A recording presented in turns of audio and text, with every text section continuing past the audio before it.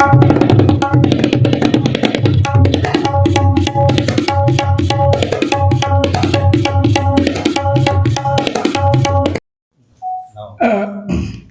काय सांगाल?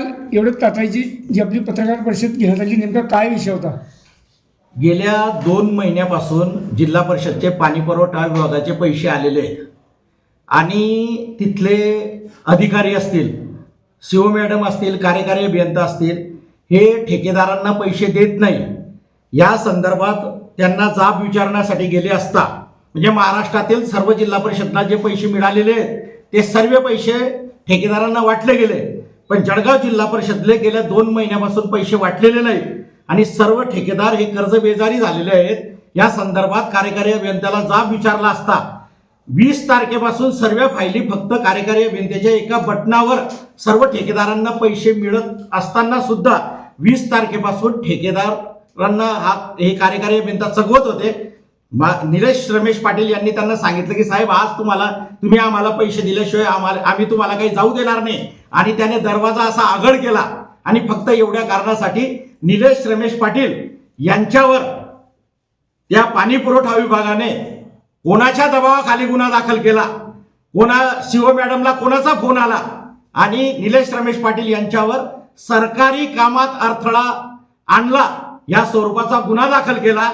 अधिकारी तर कर्मचारी गुन्हा दाखल करायला तयार नव्हते, परंतु वरिष्ठाकडनं त्यांच्यावर दबाव आणला गेला आणि जो कोणी पैसे मागेल, आपल्या हक्काचे पैसे मागेल, त्याच्यावर अशा प्रकारचे गुन्हे दाखल करून या पाणी पुरवठा विभागाने, आणि दुर्दैव म्हणावं लागेल की ह्याच जिल्ह्याचे पाणी पुरवठा मंत्री असताना सुद्धा इथला पाणी पुरवठा विभागाचा कारभार एकदम भोंगळ चालू आहे. आणि कोणी जर त्यांना प्रश्न विचारायला गेलं तर निलेश रमेश पाटील, तो माझा मोठा मुलगा आहे, त्याच्यावर सरकारी कामात अडथळा निर्माण केला अशा स्वरूपाचा गंभीर गुन्हा दाखल केला.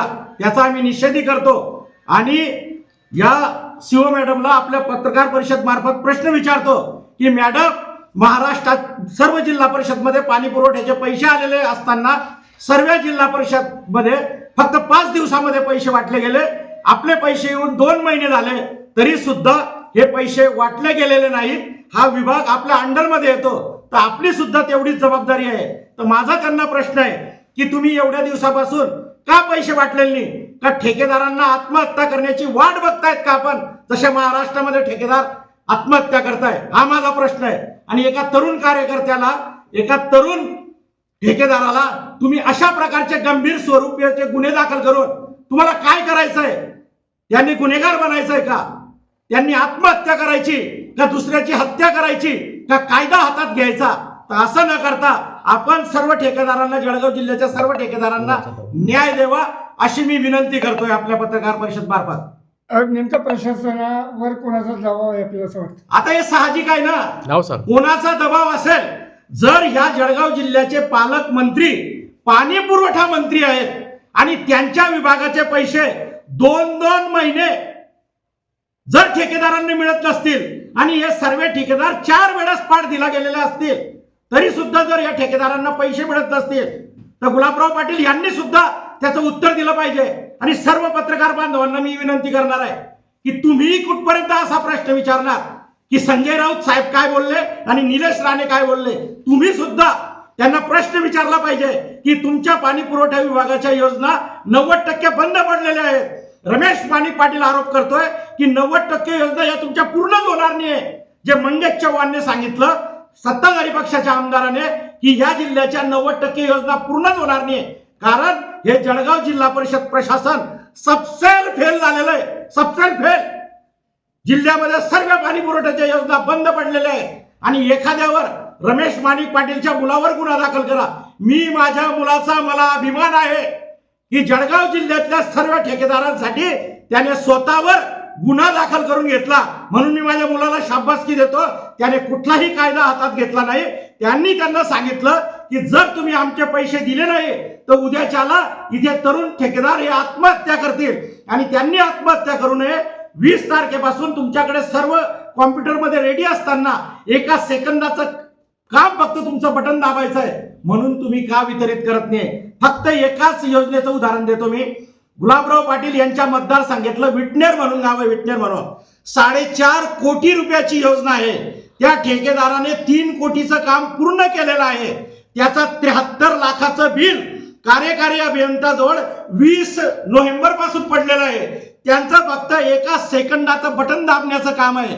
ते 73 लाख रुपये कशासाठी कार्यकारी अभियंत्याने थांबून ठेवलेले आहे हे मंत्री महोदयांनी त्यांना विचारलं पाहिजे. आणि शेवटी त्यांचा हेतू काय, त्यांना योजना पूर्ण करायची आहे का नाही करायची आहे.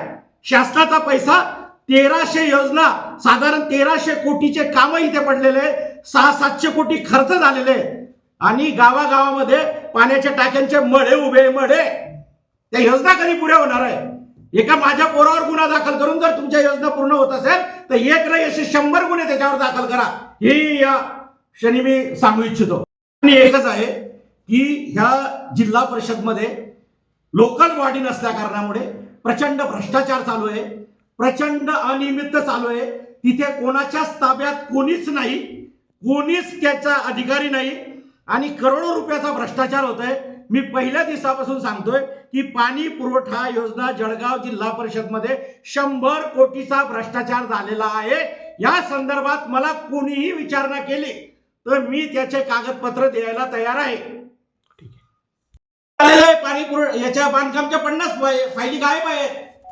कसल्या फायली काय झाल्या नेमक्या? अहो, डिपॉझिटच्या फाईल काम करून ठेकेदाराला 1 वर्षानंतर त्याची डिपॉझिट वापस भेटते. 8-8 वर्ष झाले, 8-8 वर्ष फायलीच भेटत नाही. त्याच्यासाठी माहिती अधिकार टाकावा लागतो, त्याच्यासाठी अपील करावे लागतं. त्याच्यासाठी आता नाशिकला अपील करायचं का? फार वाईट परिस्थिती आहे. इथे कोणीच बाप नाही होते जिल्हा परिषदला. किती ठेकेदारांचे पैसे प्रलंबित आहे? अहो, सर्वेच ठेकेदार, तरी इथे एकाही ठेकेदाराला पैसे मिळालेले नाहीत. जर 4.5 कोटीचं काम तो ठेकेदार 3 कोटीचं करतो, त्याच्या हिशोबात फक्त 73 कोटी येतात, 73 लाख रुपये येतात आणि त्या 73 लाखासाठी कार्यकारी अभियंत्याला एका सेकंदाचं बटन दाबायचं असतं आणि तो 20 नोव्हेंबर पासून दाबत नाही. आज 7 डिसेंबर येऊन गेलं. त्याला काय पाहिजे? तो म्हणतो मी एकटा थोडी खाणार आहे, मला वरपर्यंत पैसे पोहोचवावे लागतात. आता वरपर्यंत कोणापर्यंत पोहोचवावे लागतात पैसे यांना? आता निलेश पाटील यांचे किती रुपयाचे बिल थकीत आहेत एकूण? अहो, निलेश पाटीलचे किती रुपयाचे पैसे थकीत आहे हा भाग वेगळा. इथे प्रत्येक ठेकेदाराचे जर त्याने 1 करोडचे काम केलेले तर 1 करोड मध्ये त्याला 5 लाख रुपये भेटलेले, फक्त 5 लाख. आणि आता जेमतेम 10 लाख रुपये भेटणार आहे त्याला. आणि ते 10 लाख रुपये भेटणार आहे तर ते 2 महिन्यापासून पैसे येऊन पडलेले. अरे द्या ना बाबा त्याला 10 लाख. त्याने जे व्याजाचे पैसे काढलेले मार्केटमधले, त्याचं व्याज तर फेडू द्या. का त्याचा जीव घेतल्यापर्यंतच थांबणार आहेत तुम्ही? हे तर सर्व मोकळे होऊन गेलेले आहे कमिशन खाऊन. कार्यकारी अभियंत्याचे नाव, कार्यकारी अभियंत्याचं नाव राहुल जाधव म्हणून आहे आणि फिर्यादी किशोर निकम आहे. हे काय म्हणता येईल यांना? हे मोहरे आहेत, हे मोहरे. हे काय करतील? जोपर्यंत सीओ मॅडम त्या फाईलवर सही करत नाही तोपर्यंत पैसेच भेटू शकत नाही ना.